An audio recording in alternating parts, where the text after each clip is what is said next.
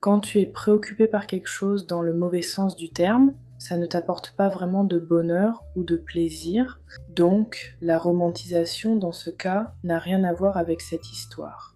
Dans le monde moderne, le terme nymphomanie est souvent mal compris. Certains le prennent pour un compliment et certains hommes pensent qu'une rencontre avec une nymphomane serait un gain exceptionnel.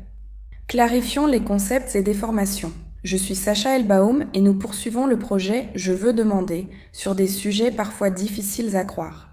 La nymphomanie désigne un désir sexuel pathologiquement élevé chez les femmes, soit l'hypersexualité.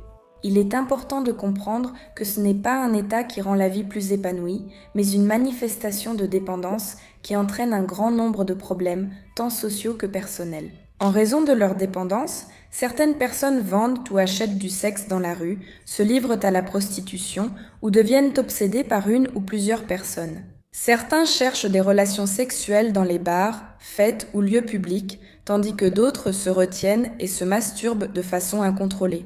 Il existe parfois des cas de voyeurisme, soit observé autrui, et d'exhibitionnisme, le plaisir d'exposer ses organes génitaux à des inconnus. Nous avons parlé avec Natacha, elle est nymphomane. Les premières pensées que l'on peut appeler des fantasmes sexuels, je les ai ressenties vers l'âge de 10 ans. C'est inconscient.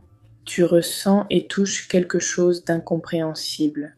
Vers 16 ans ou un peu plus, cela a commencé à dépasser les limites. Là-bas, tu peux discuter avec des inconnus et faire plus que parler, surtout lors de rencontres ciblées.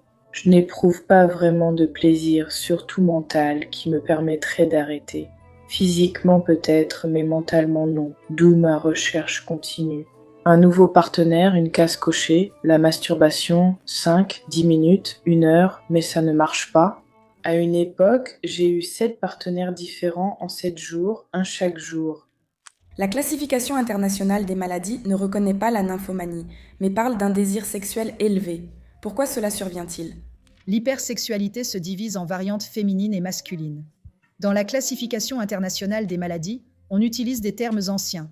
Nymphomanie pour les femmes, satyriasis pour les hommes. Nous n'utilisons pas ces termes, nous posons simplement le diagnostic d'hypersexualité. De plus, l'hypersexualité est considérée comme une dépendance sexuelle, une addiction sexuelle, ce sont en principe des synonymes. L'hypersexualité, si on la considère à l'état pur, est mal étudiée. On ne peut pas dire pourquoi cette personne en particulier a développé une hypersexualité. Elle est souvent considérée comme un symptôme d'une maladie, et cette maladie peut ne pas être uniquement psychique. Il n'y a pas si longtemps, j'ai eu une patiente. Je l'ai envoyée chez un endocrinologue. Elle est venue avec un symptôme d'hypersexualité. Elle se masturbait 18 fois par jour. Il s'est avéré qu'elle avait une pathologie hormonale et qu'elle a simplement consulté un autre médecin. Souvent, ce sont des personnes qui ont vécu un traumatisme dans leur enfance. Ce sont des personnes qui étaient seules lorsqu'elles étaient enfants. Une telle personne grandit, homme ou femme. Et si quelqu'un apparaît qui fait attention à cette personne et que cela se produit à travers le sexe, alors, dans la tête, c'est comme, voilà un schéma qui fonctionne et en conséquence, ce comportement est renforcé à chaque fois que c'est possible. Une fille disait une phrase intéressante. « Quand je fais l'amour, je me réchauffe auprès d'une autre personne, parce que c'était pour elle la seule façon d'obtenir une émotion. » Une cause possible de la nymphomanie est une constitution sexuelle élevée, différente d'une libido élevée. La libido concerne le désir sexuel, tandis que la constitution sexuelle se rapporte à la capacité et aux besoins physiologiques d'avoir des rapports. Important, la constitution sexuelle est innée, mais la libido dépend de divers facteurs comme le sommeil ou le stress. Une autre cause possible de la nymphomanie peut être des troubles mentaux. En psychiatrie, le symptôme de l'hypersexualité est assez fréquent. Il peut se manifester comme un symptôme du trouble bipolaire et il existe aussi une hypersexualité dans la schizophrénie, lorsque le comportement sexuel est désinhibé. Les gens, en général, ne se rendent pas compte de ce qu'ils font. J'ai rencontré des patients qui disaient qu'ils étaient le Messie. Parfois, des voix leur ordonnaient d'avoir des rapports sexuels sous peine de mort. On retrouve cela dans différents troubles de la personnalité, principalement les troubles de la personnalité, par exemple borderline, histrionique, associé à une forte émotivité. Il est facile de défier ces personnes en les provoquant. Dire « Tu es belle si tu couches avec moi », c'est à propos d'une fille. Ou, au contraire, « Tu n'es pas belle, et à part le sexe, tu n'as rien à offrir ». Déjà, dans la nouvelle classification internationale des maladies, on trouve une maladie distincte, le comportement sexuel compulsif. C'est justement le comportement, la fréquence de répétition de ce comportement, qui constitue la compulsion. Et en plus, cela peut inclure la masturbation compulsive. Chez les personnes souffrant d'hypersexualité, une dépendance à la pornographie se développe souvent, ou la nymphomanie, souvent liée à une faible estime de soi. La personne recherche l'attention des autres par un comportement désinvolte. Les troubles hormonaux, les maladies neurologiques ou endocriniennes peuvent aussi provoquer l'hypersexualité. Parfois, un trouble mental contre lequel j'essaye de lutter depuis 1 an et demi.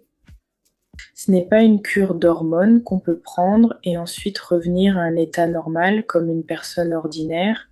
Avec le temps, je reliais cela à un manque de confiance en moi, car tu cherches de l'attention et tu y vas déjà. Même avec assez d'attention de la société ou des amis, tu continues à en chercher. Et au final, c'est comme si tu faisais ça pour la forme, tu n'obtiens pas la satisfaction que tu attends, ni le sentiment d'être vraiment comblé. En ce moment, je me sens plutôt à l'aise grâce à la structure de mon travail, disons, et aussi parce qu'actuellement, je suis dans une relation où la personne me comprend, me soutient et partage globalement ma position. Mon activité est liée à l'industrie du sexe depuis environ 1 an et demi. Si on enlève le travail, si on enlève le partenaire, tout cela retomberait dans un cercle incompréhensible, comme avant, quand tu ne choisis pas vraiment tes partenaires. Juste, c'est comme si tu faisais quelque chose juste pour faire, pour obtenir une nouvelle expérience, dont en réalité, la satisfaction te suffit complètement, et ainsi de suite. Revenons à l'histoire. La première utilisation publiée du mot nymphomanie apparaît en 1769 dans un livre de médecine écossais, et seulement 2 ans plus tard, un médecin français a écrit tout un livre sur la nymphomanie.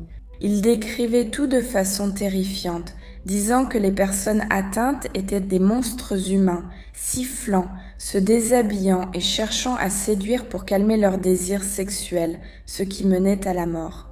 Le terme nymphomanie désigne les femmes, tandis que chez les hommes, on parle de satyriasis, du nom des satyres mythologiques associés aux nymphes. Dans la mythologie grecque, les nymphes attiraient les hommes en forêt pour assouvir leurs désirs. Platon qualifiait la nymphomanie de folie de l'utérus, voyant cet organe comme une bête sauvage cherchant ardemment à concevoir. En grec, nymphomane signifie mariée folle. Au Moyen Âge, les femmes jugées nymphomanes étaient vues comme servantes du diable et brûlées comme sorcières. On maltraitait ces femmes, croyant que des compresses et bains froids sur la région génitale calmeraient leurs désirs. Certaines subissaient l'ablation du clitoris et des ovaires, ou étaient soumises à des sangsues, des saignées et à l'immobilisation par camisole de force. La recherche d'un partenaire, tout d'abord, n'est jamais vraiment adéquate, parce que c'est soit des applications spéciales, soit, je ne sais pas, des discussions où il y a beaucoup de personnes inadaptées. Là-bas, je ne sais pas, je me retrouve sous l'influence de quelque chose. Ou bien il veut sortir de ton hôtel et, je ne sais pas, il a des substances, ou il essaye de te mettre quelque chose dans ton verre. J'ai eu des tentatives, en fait, assez régulières de ce genre d'approche dans des endroits plutôt publics. Au lieu de réagir normalement en disant « Oh, quelle horreur, éloigne-toi », j'ai eu une réaction positive. Et quand tu fais la connaissance de ce genre de personne et que tu fais quelque chose, bien sûr, la probabilité que cette personne se révèle être un maniaque est un peu plus élevée. Je rentrais chez moi, donc, tard le soir, il y avait un groupe de jeunes qui traînaient là, et l'un d'eux a fait connaissance avec moi avec une allusion évidente. Voilà comment cela s'est passé. La psychothérapie peut corriger un comportement, consulter un spécialiste. Outre le psychothérapeute, un psychiatre peut prescrire des antidépresseurs ou d'autres médicaments. Un neurologue et un endocrinologue peuvent aussi intervenir en cas de troubles hormonaux. On peut donc chercher la cause de la libido accrue et débuter un traitement. En ce qui concerne la dépendance sexuelle, L'hypersexualité chez les hommes, disons qu'elle est davantage acceptée par la société. Le comportement hypersexuel féminin, lui, est condamné par la société, et cela est bien sûr lié à l'évolution, à l'histoire en général de l'attitude envers la sexualité féminine. C'est-à-dire que, d'un côté, on objective les femmes, n'est-ce pas, la publicité, les films, et de l'autre côté, une femme qui a beaucoup de relations sexuelles avant le mariage. Elle, en quelque sorte, eh bien, c'est fini. Elle sort un peu du cadre du contexte social. Dans cette vie, je ne pense pas que je doive avoir honte de ce genre de choses.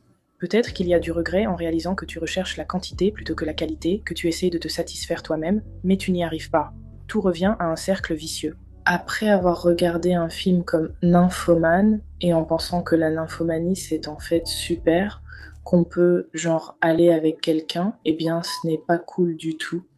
Ce qui est vraiment bien, c'est quand tu obtiens une satisfaction mentale et physique avec ton ou tes partenaires, et que vous vivez ensemble une belle vie. Mais quand tu es obsédé par quelque chose dans le mauvais sens du terme, ça ne t'apporte pas vraiment de bonheur ou de plaisir. Ici, la romantisation n'a aucun rapport avec cette histoire. Comme pour être jeune ou être maman, nous abordons ces sujets rares pour que la société comprenne mieux ces personnes et facilite leur vie. Merci d'avoir regardé, à bientôt.